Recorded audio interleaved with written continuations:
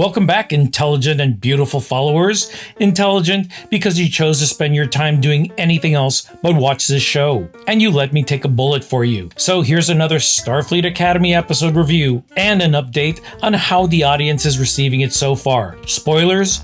Badly. Very badly. I honestly have some kind of a sick respect for the showrunners. They set a really low bar in the first episode, but they managed to limbo their way even lower. I'm not gonna bore you with intros, I'm just gonna go deep and hard on this one.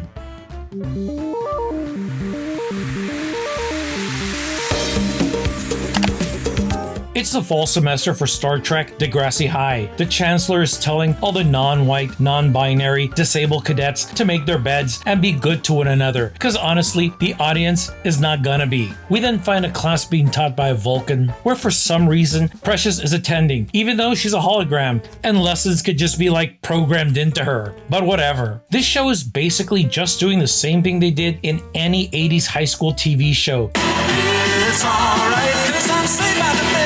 These writers are less creative than the writers of The Force Awakens. All the kids are being edgy by cussing, and Caleb the criminal is calling out Bully Boy's manhood. Damn, I wonder if these guys are going to become roommates and eventually BFFs. Next, we find Les Hadar barking at students in the rain, and freaking out a little girl by threatening that she'll choke on her own stomach or some bullshit like that. One can only hope. She also yells at Genesis, but Genesis is a boss girl, and she ain't afraid of no blue space lesbian. Cut to the title sequence, and we see that it's everything we love about Star Trek. A seed growing into a tree, flowers blossoming and getting carried off by the wind. Wait, what the fuck?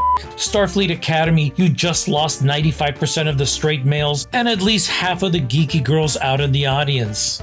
God bless those geeky girls. Then I pause and ask myself, who the fuck is this show for? The show finally begins, and we're following the love child of the Thing and Pikachu as him passes a room where the doctor is annoying Elastigirl. She's going from seat to seat avoiding any conversation with the doctor. Real professional. I guess because he's a man and he's talking science. Who are you who are so wise in the ways of science? So remember how Caleb and Bully Boy are just not having it with each other? Well, they're roommates now. And since we haven't had any teen tension tropes for a few seconds, and the show thinks these characters are 8 years old and from 1995, they're yelling and begging to be switched as roommates. You know, I'm not Team Caleb. Actually, I'm not Team anything on this show. But wasn't he this hardened criminal in the first episode, only to have his balls completely removed so he can bitch about privacy like Cindy Brady? Oh, for fuck's sake. After all that fascinating character development bullshit, we finally get to the actual plot. Captain Karen is frolicking around barefoot because either someone has more of a foot fetish than Tarantino, or they're trying to paint her as this unconventional, wise free thinker, like Mr. Keating or David Van Driesen.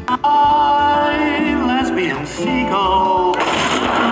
She's not. She's just a mess who needs her students to rescue her when her stupidity leads her to get ambushed by Paul Giamatti. Honestly, I don't know who's impressed with this unhygienic idiot at this point, but I digress. The Commander-in-Chief and Captain Karen are ridiculing the Chancellor of the War College for not being an ally or something like that. Of course, he stands in a pool of his own shame because he's an absolute simp. That's not how writing works. There's intellectual attack and defenses between the characters, and her ideas defy logic. Meanwhile, Captain Karen is breaking protocols, giving less than a shit about discipline, the Starfleet uniform that she doesn't even wear anymore, or any sense of professional decor, plopping her ass on the table where people eat because she's so unconventional and wise. Shit, man, I'm out. Just needed a couple of hours to deal with the insufferable Karening going on. Okay, so the Commander-in-Chief, the War Academy simp, and the Karen are discussing the upcoming Betazoid negotiations. You see, Starfleet told them to fuck off because they had no ships to protect them. And most likely, they want their resources now. Because Starfleet is kind of the bad guy here. They're like the Empire. But they think they're the good guys. All of a sudden, Captain Karen gets a great idea. Let the children join the high-level negotiations. This is one of the biggest, most important negotiation deals for the Federation since the burn. And she thinks it's some kind of fucking field trip. Okay, so she explains her plan to bring kids, criminals, and comm-badge swallowers to the sensitive talks. I think I swallowed my comm-badge. I swallowed my foot. I swallowed a Ferengi. I swallowed a dog.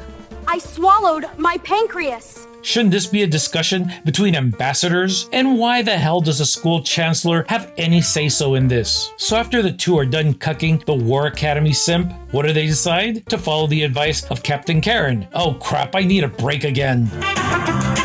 Okay, so now we're in class again for the B plot. We're being lectured to by strong female lesbian. Pretty on the nose. She's misguiding her students about quantum physics. Then Precious ends up dumping this blue jizz all over Caleb. Cause you know everything in the show is a joke. So Caleb is pouty now. He runs away like a little bitch, but oh shit, he needs to introduce the C plot. So he meets discount Rachel Wise, and they need to start crushing on each other so the rest of the plot can happen. You know, since she's conveniently the president's daughter. What we behold next could only be described as a woke, wet dream that Kurtzman and his lady director had one night as they drank kombucha in their safe space while discussing the patriarchy and how some barista dead-named their trans polyamorous lover. There's hearing impaired representation by the telepathic president of Betazoid. He's signing to the commander and the audience. And oh shit, out of nowhere, we find a paraplegic just sitting there. Yeah, you heard it right.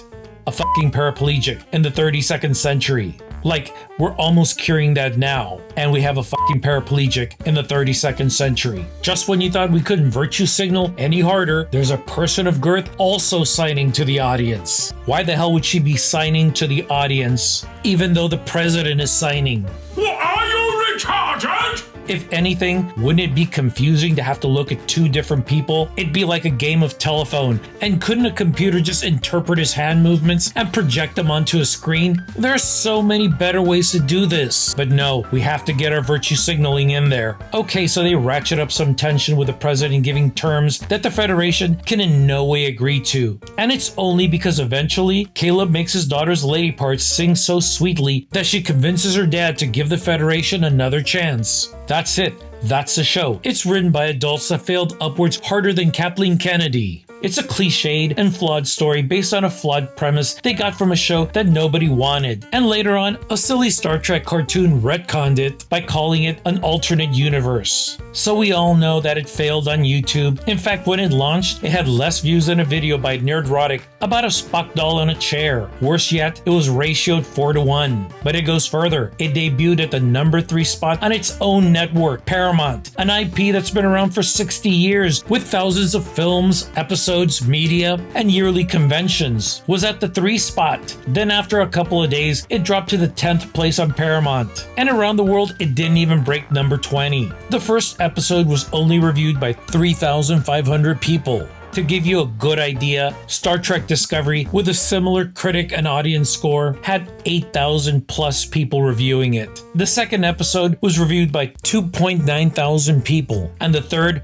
only 1,400. Is it being review bombed as others claim? If it was actually being review bombed, you'd expect a higher number of reviewers. No, nobody's watching it. This show is a dead turd walking. Now you may say those numbers might go up, and they probably will. Slightly, but reviews, posts, and content are usually the highest in the first 2 to 3 days. Then it slows down considerably. If there was any interest at launch, it was probably curiosity that eventually fizzled out. It's a shame because fans have just checked out. Star Trek has always been an inspiring, fun, and thoughtful social allegory that captured the imaginations of millions. From shows like A Measure of a Man, And won't we be judged by how we treat that race?